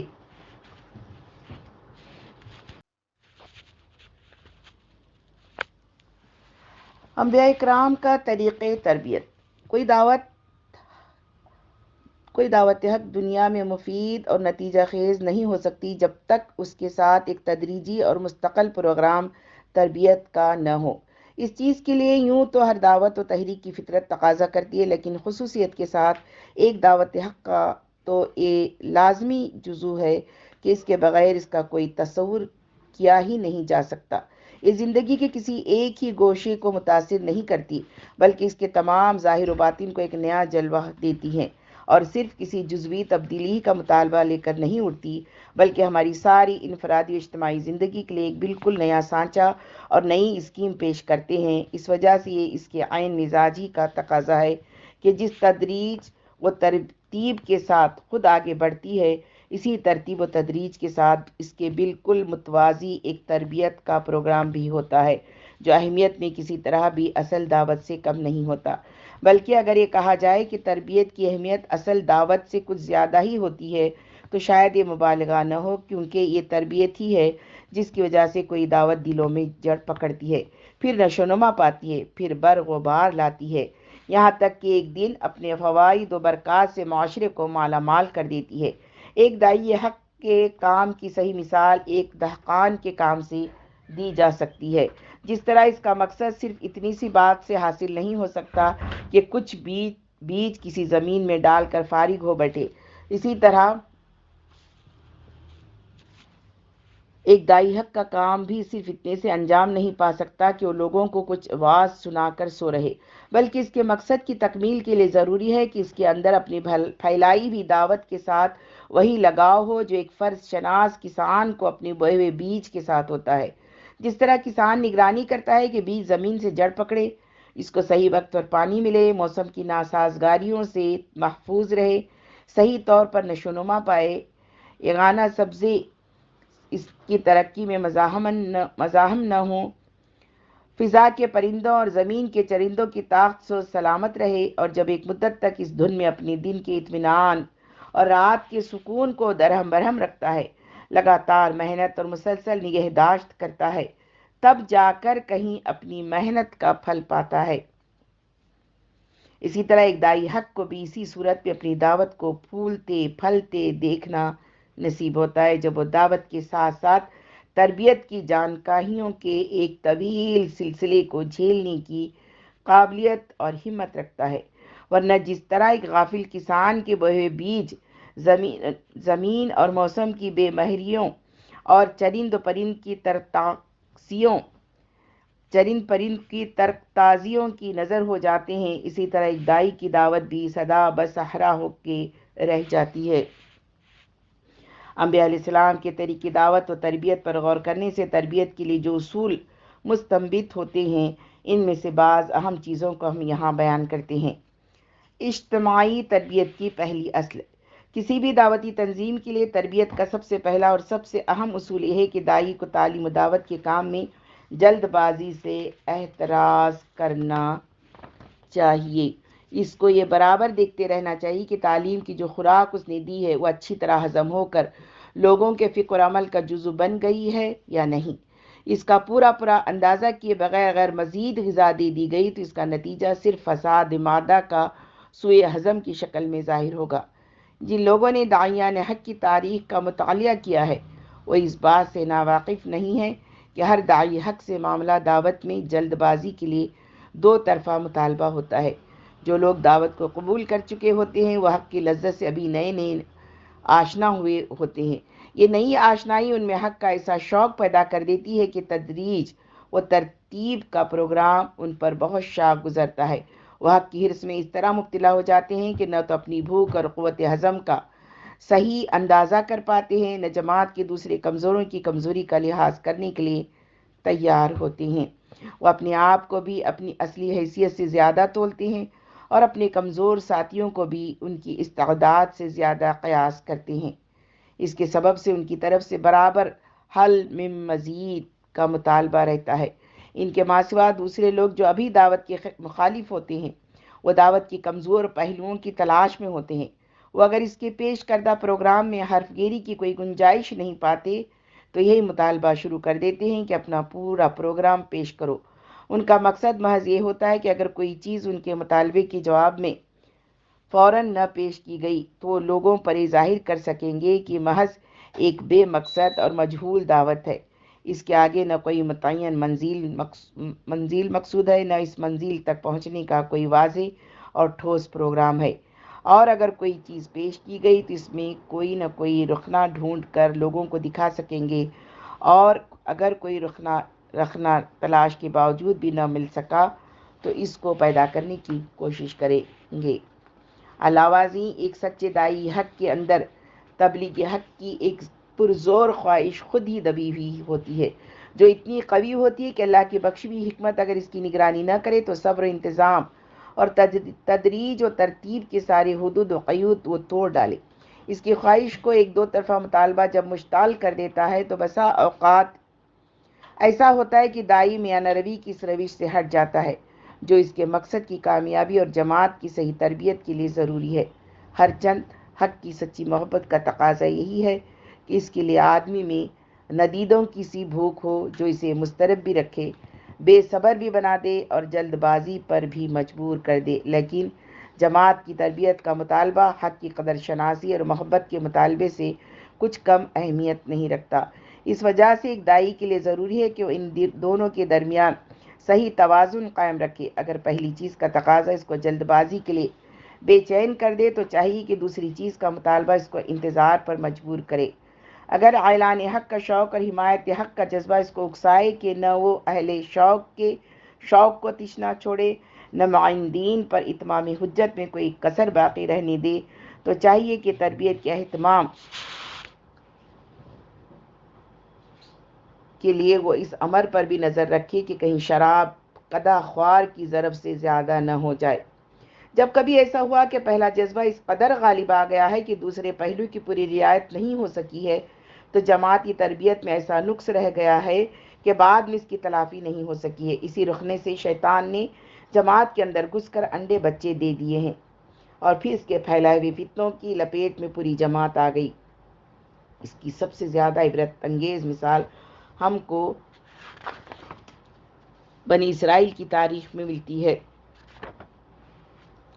حضرت موسیٰ علیہ السلام جب مصر سے نکل کر سینا میں پہنچے تو اللہ تعالیٰ نے ان کو احکام شریعت سے آگاہ کرنے کے لیے طور پر بلایا اور اس غرض کے لیے خاص دن معین فرما دیا۔ حضرت موسیٰ اس متعین دن سے پہلے ہی طور پر پہنچ گئے۔ ان کے اندر اللہ کے احکام معلوم کرنے اور اس کی رضا کا جو جوش و جذبہ تھا، اولاً تو خود ہی اتنا قوی تھا کہ باریابی کا اشارہ پانے کے بعد وقت اور تاریخ کی پابندیاں اس پر شاق تھیں۔ ثانیاً قوم کی طرف سے ہر قدم پر جو مطالبے ہو رہے تھے اس سے بھی اس جذبے کو تحریک ہوئی ہوگی، اگرچہ یہ جذبہ نہایت اعلیٰ اور محمود جذبہ تھا، اور طور پر معین وقت سے پہلے پہنچ جانا اس بات کا ثبوت تھا کہ وہ اللہ کے احکام معلوم کرنے کے لیے نہایت بے چین اور مضطرب دل رکھتے ہیں۔ لیکن اس معاملے کا ایک دوسرا قابل اعتراض پہلو بھی تھا جس کی طرف حضرت موسیٰ علیہ السلام کی نظر نہیں گئی۔ اللہ تعالیٰ نے حضرت موسیٰ کو فوراً بلانے کے بجائے ان کے لیے جو ایک خاص وقت مقرر کیا تو اس سے منشاء الہی یہ تھا کہ وقفہ و قوم کی تربیت میں صرف کریں اور جن اصولی باتوں کی قوم کو تعلیم دی جا چکی ہے اس کو اچھی طرح ان کے اندر پختہ کریں تاکہ آزمائشوں اور فتنوں میں پڑنے کے بعد بھی وہ ایمان و اسلام کو سلامت رکھ سکے۔ لیکن اللہ تعالیٰ کے مزید احکام معلوم کرنے کا شوق ان پر اس قدر غالب آ گیا کہ تربیت کی اہمیت کا احساس اس کے مقابل میں دب گیا۔ نتیجہ یہ ہوا کہ دین کی دشمنوں نے ان کی اس غیر حاضری اور قوم کی کمزوری سے فائدہ اٹھایا اور قوم کے ایک بڑے حصے کو گوسالہ پرستی میں مبتلا کر دیا، اور اس کی ساری ذمہ داری اللہ تعالیٰ نے حضرت موسیٰ کی عجلت پسندی پر ڈالی جو ہر چند تعلیم و دعوت ہی کی راہ میں تھی، لیکن بہرحال تربیت کی ذمہ داریوں سے غافل کرنے والی ثابت ہوئی۔ چنانچہ قرآن مجید نے ان کی اس عجلت اور اس کے انجام کا ذکر ان الفاظ میں کیا ہے، سورہ طٰہٰ 83-85، اور تم قوم کو چھوڑ کر اے موسیٰ وقت مقررہ سے پہلے کیوں چلے آئے؟ انہوں نے کہا وہ میرے پیچھے ہیں اور میں تیرے پاس اے پروردگار اس لیے جلد ہی چلا آیا کہ تیری خوشنودی حاصل کروں۔ تو فرمایا جاؤ، ہم نے تمہاری قوم کو تمہارے چلے آنے کے بعد فتنے میں ڈال دیا اور سامری نے ان کو گمراہ کر ڈالا۔ اس سے معلوم ہوا کہ جس طرح ایک دائی کا فرض ہے کہ وہ لوگوں کو اللہ کے احکام و قوانین سے آگاہ کرے، اسی طرح اس کا یہ بھی فرض ہے کہ پورے اہتمام کے ساتھ لوگوں کی تربیت کرے تاکہ اس کی تعلیم لوگوں کے فکر و عمل کے اندر اس طرح راسخ ہو جائے کہ سخت سے سخت آزمائش میں بھی ان پر اس کی گرفت قائم رہ سکے۔ جو دائی صرف تعلیم کے پہلو پر نظر رکھتا ہے اور اس چیز کا شوق اس پر اس قدر غالب ہو جاتا ہے کہ تربیت کے لیے جو صبر و انتظار مطلوب ہے اس کا حق ادا نہیں کر سکتا، اس کی مثال اس جلد باز فاتح کی ہے جو اپنے اقتدار کے استحکام کی فکر کے بغیر مارچ کرتا ہوا بڑھا چلا جا رہا ہے۔ اس طرح کی جلد بازی کا نتیجہ صرف یہی ہو سکتا ہے کہ ایک طرف وہ فتح کرتا ہوا آگے بڑھے گا، دوسری طرف اس کے مفتوح علاقہ میں جنگل کی آگ کی طرح بغاوت پھیلے گی۔ سورہ طٰہٰ میں حضرت موسیٰ کی قوم کی اس سبق آموز مثال کو پیش کر کے اللہ تعالیٰ نے حضرت کی اس عجلت پر گرفت فرمائی ہے جو آپ کے اندر احکام الہی معلوم کرنے کے لیے تھی۔ حضرت بھی اپنی فطری شوق علم اور قوم کی جلد بازی کی وجہ سے چاہتے تھے کہ وحی الہی جلد جلد نازل ہو تاکہ آپ اپنے شوق علم کو بھی تسلی دے سکیں اور قوم کے مطالبے کو بھی پورا کر سکیں۔ چنانچہ اسی شوق کی وجہ سے جب وحی الہی اترتی آپ ایک پرشوق طالب کی طرح اس کے سیکھنے میں جلد بازی فرماتے۔ اللہ تعالیٰ نے قرآن مجید میں اس بات میں متعدد جگہ آپ کو ٹوکا کہ وحی الہی کی تکمیل کے لیے جو مدت مقرر ہے اس سے پہلے پورے قرآن کے اتار دیے جانے کے لیے جلدی نہ مچاؤ۔ یہ وقفہ اور انتظام تمہارے دل کو مضبوط کرنے اور تمہاری قوم کی تربیت کے لیے تاکہ جو کچھ تمہیں سکھایا جا رہا ہے اس کو تم بھی برداشت کر سکو اور تمہاری قوم بھی اس میں اچھی طرح پختہ ہو جائے۔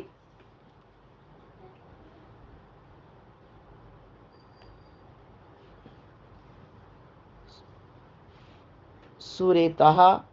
114 115 اور قرآن کے لیے اس سے پہلے کہ اس کی وحی تم پر تمام کی جائے جلدی نہ مچاؤ، البتہ یہ دعا کرتے رہو کہ اے میرے پروردگار میرے علم کو زیادہ کر۔ اس سے پہلے ہم نے آدم پر ایک ذمہ داری ڈالی تھی تو وہ بھول گیا اور ہم نے اس میں ارادے کی پختگی نہیں پائی۔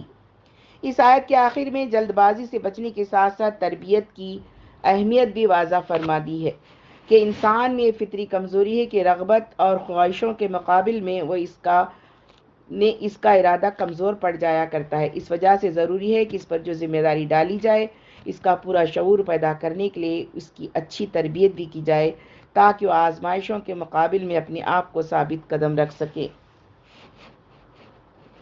اسی تربیت کے تقاضے سے قرآن مجید تھوڑا تھوڑا کر کے اترتا تو جلد باز مخالفین اعتراض کرتے کہ اگر یہ اللہ کی کتاب ہے تو جستا جستا کیوں اتر رہی ہے؟ خدا کا علم تو حاضر و مستقبل سب کو گھیرے ہوئے ہے، اس کو تو نہ سوچنے کی ضرورت ہے، نہ تجربہ کرنے کی اور نہ کسی مصلحت پر نظر رکھنے کی، پھر آخر و کتاب ایک ہی دفعہ کیوں نہیں اتار دیتا؟ یہ تو صاف اس بات کا ثبوت ہے کہ یہ محمد کی اپنی تصنیف ہے۔ غور و فکر اور محنت و تجربے کے بعد جتنی کچھ تیار کر پاتے ہیں اس کو پیش کرتے ہیں۔ قدرتی طور پر اس اعتراض کا اثر بہت سے مسلمانوں پر بھی ہوا اور یہ بات خود حضور نبی کریم کے قلب مبارک پر بھی گراں گزری، لیکن اللہ تعالیٰ نے نہ تو مخالفین کی جلد بازی کی حوصلہ افزائی فرمائی اور نہ اس خلشی کو کچھ اہمیت دی جو نکتہ چینیوں کے اس اعتراض اور فطری شوق علم کی وجہ سے حضرت اور آپ کے ساتھیوں کے دل میں پیدا ہوتی تھی، بلکہ فرمایا کہ تمہاری اور تمہارے ساتھیوں کی تربیت کا تقاضا یہی ہے کہ ہمارے احکام تھوڑے تھوڑے کر کے ایک تدریج کے ساتھ اتریں تاکہ تمہارا دل بھی ان کو تحمل کے لیے پوری طرح مضبوط ہو جائے اور جماعت کے قوی اور ضعیف بھی ان کے اچھی طرح اپنا لیں۔ اگر جلد بازی کرو گے تو تمہاری امت میں کمزوری رہ جائے گی، اور جس طرح سامری نے بنی اسرائیل کو گمراہی میں ڈال دیا تھا اسی طرح کوئی سامری تمہاری امت میں بھی پیدا ہو کر اس کو گمراہی میں مبتلا کرے گا۔ جو تدریج قرآن کے نزول میں ہم پاتے ہیں بائنہ وہی تدریج صحابہ اور بعد کے لوگوں نے اس کو سیکھنے اور سکھانے میں بھی ملحوظ رکھی۔ اس کی مصلحت بھی بعینہ وہی تھی کہ جو لوگ اس کو سیکھیں اس طرح سیکھیں کہ ان کے ذہن و دماغ کے اندر بھی پیوست ہو جائے اور ان کی عملی زندگی بھی بالکل پاک اس کے رنگ میں رنگ جائے۔ یہ بات صرف اس صورت میں ممکن تھی کہ اس کی تعلیم ایک تدریج کے ساتھ آہستہ آہستہ لوگوں کو دی جائے اور ساتھ ہی ساتھ اس علم کے مطابق ان کی تربیت بھی کی جائے۔ چنانچہ حضرت عبداللہ بن مسعود رضی اللہ عنہ سے روایت ہے کہ ہم میں جو شخص 10 آیتیں بھی سیکھ لیتا تو جب تک ان کے علم و عمل میں اچھی طرح پختہ نہ ہو جاتا آگے نہ بڑھتا۔ دوسری جماعتی تربیت کی دوسری اصل یہ ہے کہ داعی کمیت سے زیادہ کیفیت پر نظر رکھے۔ بسا اوقات ایسا ہوتا ہے کہ داعی پر کھوئی ہوئی بھیڑوں کی تلاش کا شوق اس قدر غالب ہو جایا کرتا ہے کہ وہ گلے کی بھیڑوں سے غافل ہو جاتا ہے۔ اس غفلت کا انجام یہ ہوتا ہے کہ وہ کھوئی ہوئی بھیڑوں کی تلاش میں میدانوں اور جنگلوں کی خاک چھانتا پھر رہا ہوتا ہے اور ادھر گلی کی بھیڑیں یا تو بھوکوں مرنے لگ جاتی ہیں یا کوئی بھیڑ یا باڑے کے اندر گھس کر ان کو چیر پھاڑ ڈالتا ہے۔ اپنوں سے بے پرواہی اور بیگانوں کو اپنانے کی خواہش داعیان حق کے اندر نہایت نیک جذبے سے پیدا ہوتی ہے۔ ان پر دعوت کا جوش اس قدر غالب ہو جاتا ہے کہ تربیت کے فرض کا احساس اس مقابل میں یا تو دب جاتا ہے یا کم از کم ثانوی ہو جاتا ہے۔ وہ اس بات کو زیادہ اہمیت دینے لگ جاتے ہیں کہ جو اللہ کے باغی اور نافرمان ہیں وہ پہلے اللہ کا نام لینے والے بن جائیں۔ رہی ان کی تربیت و اصلاح تو یہ چیز بعد میں ہوتی رہے گی۔ بظاہر تو یہ ایک نیک خیال ہے لیکن اگر اس کی تہ میں غور کیا جائے تو یہی اصل ہے۔ کیفیت کے مقابل میں کمیت کو ترجیح دینے کی اور پھر آگے چل کر اسی سے غلط نقطہ نظر پیدا ہو جاتا ہے کہ لوگ دلوں کی جگہ سروں کی تعداد گن کر پوری طرح مطمئن ہو جاتے ہیں۔ قرآن مجید نے اس غلطی سے بچانے کے لیے داعیان حق کو یہ تعلیم دی ہے کہ جو لوگ دعوت سے بیگانہ ہیں ان کو پکارنے اور اپنانے کی خواہش اتنی غالب نہ ہونی چاہیے کہ اس انہماک میں ان غریبوں کا حق مارا جائے جو بیچارے دعوت قبول کر کے تربیت و تزکیے کے لیے منتظر بھی ہیں اور اس کے محتاج بھی ہیں۔ سورۃ الحجر 88۔ ان کفار کی بعض جماعتوں کو ہم نے جو مال و متاع کی فراوانی دے رکھی ہے اس کی طرف نظر نہ اٹھاؤ اور نہ ان کے انکار پر غم کھاؤ بلکہ مومنین کو اپنے سایہ عاطفت میں لو۔ سورۃ الکہف 28۔ اور تم اپنے دل کو ان لوگوں کے ساتھ جو صبح و شام اپنے رب کی رضا طلبی میں سرگرم دعا ہیں ان سے غافل ہو کر تمہاری نگاہیں دنیاوی زندگی کی زینتوں کی طرف نہ اٹھیں۔ سورۃ العبس 1-6۔ اس نے تیوری چڑھائی اور منہ پھیرا اس سبب سے کہ اس کے پاس نابینا آیا، اور تمہیں کیا خبر کہ شاید وہ پاکی حاصل کرے یا نصیحت پکڑے اور نصیحت اس کو فائدہ پہنچائے، باقی جو منہ پھیرتا ہے تو تم اس کے پیچھے پڑتے ہو۔ ان تمام آیات میں داعیوں کو اس بات کی ہدایت کی گئی ہے کہ جو لوگ دعوت قبول کر چکے ہیں اگرچہ وہ بظاہر تعداد کے لحاظ سے کم اور حیثیت کے لحاظ سے معمولی ہوں لیکن ان کی تربیت میں جو وقت صرف ہونا چاہیے وہ ان لوگوں کے پیچھے نہ برباد کیا جائے جو اگرچہ شان و عظمت رکھتے ہیں اور ان کی شان و عظمت سے دعوت کو فائدہ پہنچنے کی بھی توقع ہو سکتی ہے لیکن وہ گھمنڈ کے نشے میں سرشار اور دعوت سے بیزار ہیں۔ تیسری اصل جماعتی تربیت کا تیسرا اصول یہ ہے کہ جماعت جن اصولوں پر بنی ہے جماعت کے کسی گوشے میں ان سے انحراف یا بغاوت کی بیماری نہ پھیلنے دی جائے۔ اگر اس قسم کا کوئی فتنہ سر اٹھاتا نظر آئے تو جماعت کے رہنماؤں اور ارباب کار کا فرض ہے کہ اس کے پھیلنے سے پہلے اس کے قلع قمع کی فکر کریں اور اس فرض کی ادائیگی میں نہ مصلحت بینی مانا ہو، نہ رواداری، نہ کسی کا خوف اور نہ کسی کی محبت۔ اس امر میں معمولی غفلت کا نتیجہ وہی ہوتا ہے جو حضرت موسیٰ علیہ السلام کی قوم میں ظاہر ہوا کہ قوم کا ایک بڑا حصہ خدا پرستی کی جگہ گوسالہ پرستی میں مبتلا ہوگا۔ اس قسم کے فتنوں کی سرکوبی کے لیے جماعت کے لیڈروں کو نہ صرف قوی دل ہونا چاہیے بلکہ کچھ مذائقہ نہیں اگر وہ سخت دل بھی ہوں تاکہ بالکل بے مروت ہو کر ان کو جڑ سے اکھاڑ پھینکے۔ حضرت موسیٰ کو اپنی قوم کے اندر جب شرک کے فتنے کی پھوٹ پڑنے کی اطلاع ہوئی تو طور سے واپس آ کر انہوں نے سب سے پہلے ان لوگوں کو نہایت سختی سے ڈانٹا جو ان کے غیر موجودگی میں قوم کی نگرانی کے ذمہ دار تھے اور جن کی مروت یا رواداری کی وجہ سے اس خرابی کو پھیلنے کا موقع ملا۔ پھر انہوں نے اصلی مجرموں کو خود ان کے قبیلے کے لوگوں کے ہاتھوں قتل کروا دیا، تاکہ ہر شخص پر یہ اچھی طرح واضح ہو جائے کہ جو لوگ جماعت کے اندر اس قسم کے فتنے پھیلائیں گے وہ ان لوگوں کی طرف سے بھی کسی رحم و کرم یا رواداری کی امید نہیں کر سکتے جن کے ساتھ وہ خون اور نسب کے قریبی رشتے رکھتے ہوں گے۔ اس کے علاوہ اس بچڑے کو بھی ریزہ ریزہ کر کے ناپید کر دیا گیا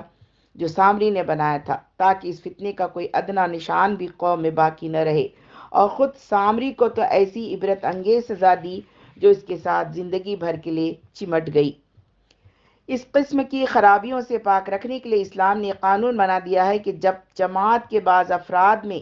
جماعتی اصولوں سے کوئی انحراف پایا جائے تو پوری جماعت کا فرض ہے کہ اس کی روک تھام اور اصلاح کے لیے کوشش کرے۔ اگر جماعت ایسا نہ کرے بلکہ افراد کو چھوڑ دے کہ جو ان کے جی میں آئے کرتے رہیں تو ان کے جرم کا وبال صرف انہی تک محدود نہیں رہتا بلکہ جماعت کے فاسق اور متقی سب اس میں حصہ پاتے ہیں۔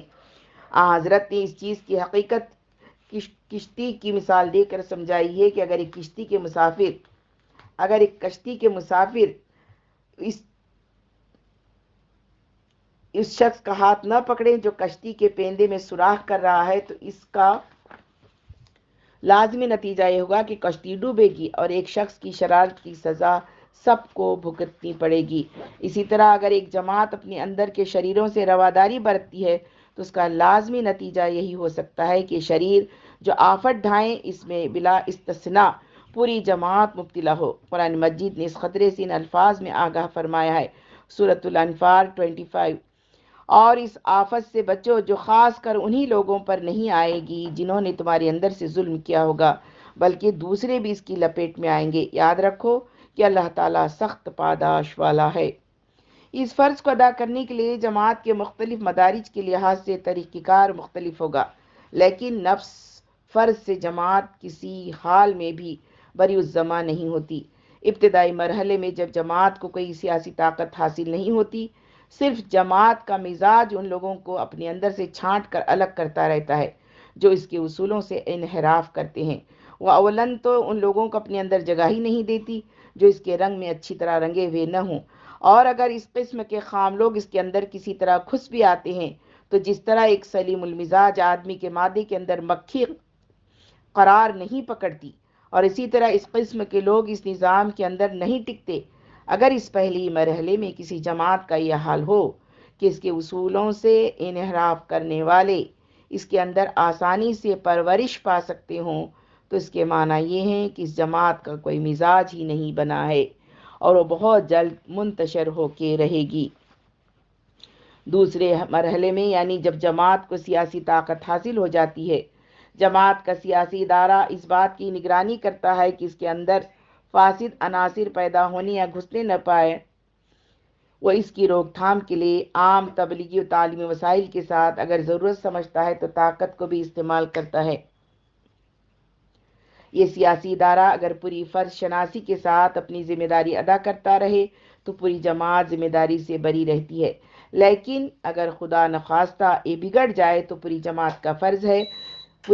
کا فرض ہوتا ہے کہ اس کی اصلاح کے لیے امر بالمعروف اور نہی عن المنکر کا علم لے کر اٹھے، اور جب تک اس کی اصلاح نہ کر لے چین کی نیند نہ سوئے۔ اس دعوت اصلاح کی حد تک قرآن مجید نے یہ معین کی ہے کہ داعیان اصلاح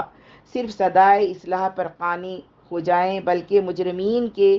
طرز عمل سے اظہار بیزاری کر کے ان کے جرائم سے اپنے آپ کو عملاً علیحدہ بھی کر لیں۔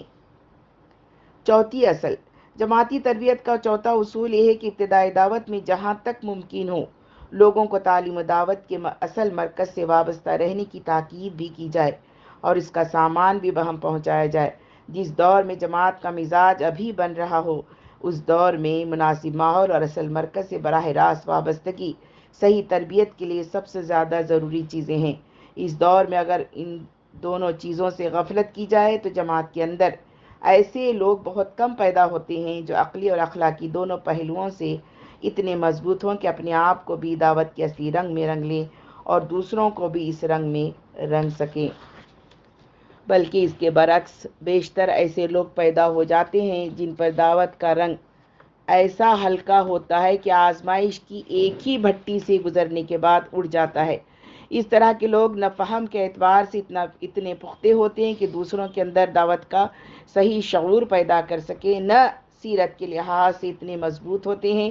کہ ہر طرح کے موافق و ناموافق حالات کے اندر اس دعوت کو جاری رکھ سکیں۔ اس کا نتیجہ یہ ہوتا ہے کہ جب تک کوئی مؤثر شخصیت موجود ہوتی ہے، لوگوں کے اندر اس دعوت کا چرچا موجود رہتا ہے، لیکن جو ہی وہ سامنے سے ہٹی، سارا ہنگامہ سرد پڑ گیا۔ اسلام میں ہجرت کا جو حکم دیا گیا، اس کے اندر جہاں اور بہت سی حکمتیں ہیں، ایک بہت بڑی حکمت یہ بھی تھی کہ تمام مسلمان براہ راست حضور نبی کریم کے فیض صحبت سے فائدہ اٹھا سکیں اور ایک سازگار ماحول میں رہ کر اسلام کا رنگ ان پر اچھی طرح چھا جائے۔ جہاں یہ بات ممکن نہ ہو کہ ہر شخص اصل مرکز تعلیم و دعوت سے براہ راست فائدہ اٹھا سکے، وہاں دعوت اسلامی کا کم سے کم مطالبہ یہ ہے کہ ہر گروہ کے ذہین اور صالح اشخاص کی ٹولیاں مرکز کی تعلیم و دعوت سے استفادہ کے لیے نکلیں اور دین کا فہم حاصل کرنے کے بعد جب اپنی قوم میں لوٹیں تو ان کو دین سے باخبر کریں۔ سورۃ التوبہ 122۔ اور سارے مسلمانوں کے لیے ممکن نہ تھا کہ وہ تعلیم کے لیے نکلتے، تو ایسا کیوں نہ ہوا کہ ان کے ہر گروہ میں سے ایک ٹولی نکلتی تاکہ وہ دین کی بصیرت حاصل کرتی، اور جب وہ لوٹتی تو اپنی قوم کو آگاہ کرتی تاکہ وہ بھی خدا ترسی کی راہ اختیار کرتے۔ پانچویں اصل جماعتی تربیت کا پانچواں اصول یہ ہے کہ جماعت کے سامنے آزمائش کے جو مواقع آئیں ان میں جماعت کی غلطیوں اور خامیوں پر پوری نظر رکھی جائے، اور جب وہ آزمائش کا وقت گزر جائے، اطمینان کا سانس لینے کا موقع میسر آ جائے، تو ان میں سے ہر غلطی اور خامی پر بے لاگ تنقید کی جائے، اور یہ عقلی کمزوریاں جن اعتقادی خامیوں کی غمازی کر رہی ہوں ان کو پوری وضاحت کے ساتھ کھول کر لوگوں کے سامنے رکھ دیا جائے۔ شروع میں اس تنقید کا خطاب عام ہونا چاہیے۔ اس کا فائدہ یہ ہوگا کہ اپنی اپنی جگہ پر ہر شخص اس تنقید سے متنبع ہوگا، اور اگر طبیعت میں صلاحیت ہوگی تو اس سے فائدہ بھی اٹھائے گا۔ پہلے ہی مرحلے میں مطمئن طور پر صرف غلط کاروں کو نام بنام علامت کرنے سے ان کو اپنی رسوائی کا احساس ہوتا ہے، جس سے ان کے اندر اصلاح حال کے بجائے ضد اور ہٹ درمی کا جذبہ پیدا ہو جاتا ہے۔ البتہ جب کسی گروہ کے متعلق بار بار کے تجربے کے بعد بھی یہی ثابت ہو کہ جماعت کے اصولوں سے صرف ذہنی الجھن کی وجہ سے یا محض اتفاقی طور پر انحراف نہیں کر رہا ہے، بلکہ قصد و ارادے کے ساتھ اس نے منافقت ہی کو اپنا شیوا بنا لیا ہے، تو اس کو براہ راست اس کی غلطیوں پر متنبہ کرنا چاہیے اور پردہ داری اور رواداری کا طریقہ بدل دینا چاہیے۔ اس گروہ کو یہ آخری تنبیہ ہوگی۔ اس کے بعد بھی اگر یہ گروہ اپنی اصلاح نہ کرے تو پھر جماعت کا فرض ہے کہ اس قسم کے لوگوں کو اپنے اندر سے بالکل کاٹ پھینکے۔ حضرت صلی اللہ علیہ وسلم نے منافقین کے ساتھ یہ طریقہ اختیار فرمایا، اور یہی طریقہ جماعتی تربیت کے لیے عقل و فطرت کے مطابق ہے۔ جو لوگ قرآن مجید پر نظر رکھتے ہیں وہ جانتے ہیں کہ اسلام کی تاریخ میں بدر کی لڑائی وہ پہلا آزمائشی موقع ہے جب یہ حقیقت سامنے آئی کہ اسلامی جماعت کے اندر کچھ لوگ ایسے بھی ہیں جو اپنے اندر کچھ جراثیم نفاق چھپائے ہوئے ہیں۔ جنگ کے حالات گزرنے کے بعد قرآن نے ان لوگوں کے طرز عمل پر نہایت سختی سے تنقید کی جس کی شہادت سورہ انفال سے مل رہی ہے، لیکن اس وقت نہ تو تعین کے ساتھ ان کو مخاطب کر کے انہیں رسوا کیا گیا اور نہ ان کو جماعت ہی سے الگ کیا گیا۔ اس کے بعد ہر آزمائش کے موقع پر یہ گروہ اپنی کمزوریاں ظاہر کرتا رہا، لیکن عام تنقید و نصیحت کے سوا قرآن نے ان پر براہ راست کوئی ضرب نہیں لگائی۔ تقریباً معرکہ تبوک تک یہی صورتحال قائم رہی، لیکن جب ان لوگوں پر اچھی طرح حجت تمام ہو گئی اور یہ بات بالکل واضح ہو گئی کہ ان لوگوں کی شرارتیں کسی بے علمی یا اتفاقی مغلوب الحالی کا نتیجہ نہیں ہیں، بلکہ یہ جو کچھ کر رہے ہیں سوچ سمجھ کر ٹھنڈے دل سے کر رہے ہیں، تو پھر یہ لوگ جماعت کے اندر سے کاٹ کر علیحدہ کر دیے گئے۔ خلاصۂ بحث الف حضرت صلی اللہ علیہ وسلم پر تمام دنیا میں قیامت تک کے لیے تبلیغ دین کی جو ذمہ داری ڈالی گئی تھی، اس کی طرف نبی کریم نے رہنمائی فرما کر اللہ تعالیٰ کی طرف سے اس کی تکمیل کا کام اپنی امت کے سپرد فرمایا۔ تاکہ یہ امت ہر ملک، ہر قوم اور ہر زبان میں قیامت تک اس دین کی تبلیغ کرتی رہے۔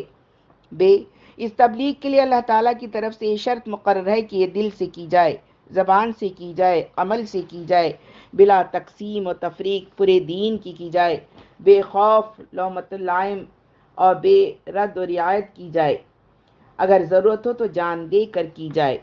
اس جماعتی فرض کی ادائیگی کا باضابطہ ادارہ خلافت کا ادارہ تھا، اور جب تک ادارہ موجود تھا ہر مسلمان اس فرض کی ذمہ داریوں سے سبکدوش تھا۔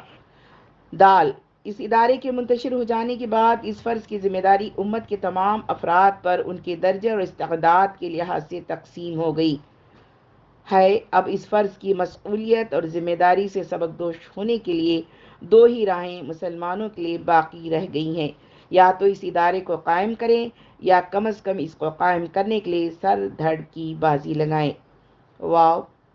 اگر مسلمان ان میں سے کوئی بات نہ کریں تو اس فرض رسالت کے ادا نہ کرنے کے مجرم ہوں گے جو اللہ تعالیٰ کی طرف سے ان کے سپرد کیا گیا ہے، اور صرف اپنی ہی غلط کاریوں کا وبال اپنے سر نہ لیں گے بلکہ خلق کی گمراہی کا وبال بھی ان کے سر آئے گا۔ اس سے معلوم ہوا کہ تبلیغ کے لیے اصل محرک در حقیقت اس فرض عظیم کا احساس ہے جو مسلمانوں پر اللہ تعالیٰ کی طرف سے ڈالا گیا ہے، اور اس میں جو چیز بطور مطمع نظر اس وقت پیش نظر رکھنی ہے وہ یہ ہے کہ وہ نظام دعوت خیر پھر وجود میں آ جائے جو خلق اللہ کی دین کی راہ بتا سکے اور دنیا پر اتمام حجت کر سکے۔ جب تک یہ چیز دنیا میں موجود نہیں، ہر مسلمان کا سب سے مقدم اور سب سے بڑا اور سب سے اعلیٰ مقصد یہی ہے کہ اس کو وجود میں لانے کے لیے جو کچھ کر سکتا ہے کرے۔ اسی کے لیے ہر مسلمان کو سونا اور جاگنا چاہیے، اسی کے لیے کھانا اور پینا چاہیے، اور اسی کے لیے مرنا اور جینا چاہیے۔ اس کے بغیر مسلمانوں کی زندگی خدا کے منشا کے بالکل خلاف ہے، اور اللہ تعالیٰ کے پاس وہ اپنی اس کوتاہی کے لیے کوئی عذر نہ کر سکیں گے۔ یہ چیز ان کی ہستی کی غایت ہے، اگر اس کو انہوں نے کھو دیا تو جس طرح وہ تمام چیزیں جو اپنے مقصد وجود کو کھو کر کوڑے کرکٹ میں شامل ہو جاتی ہے، اسی طرح یہ بھی زمین کے خس و خاشاک سے زیادہ اہمیت نہیں رکھتے، اور ان کے لیے ہرگز یہ بات نہیں ہے کہ وہ اپنے آپ کو امت وسط یا خیر امت کے لقب کا مستحق سمجھے یا اللہ تعالیٰ سے کسی نصرت و حمایت کی امید رکھیں۔ وما علینا الا البلاغ المبین، وآخر دعوانا الحمد للہ رب العالمین۔ السلام علیکم ورحمۃ اللہ وبرکاتہ۔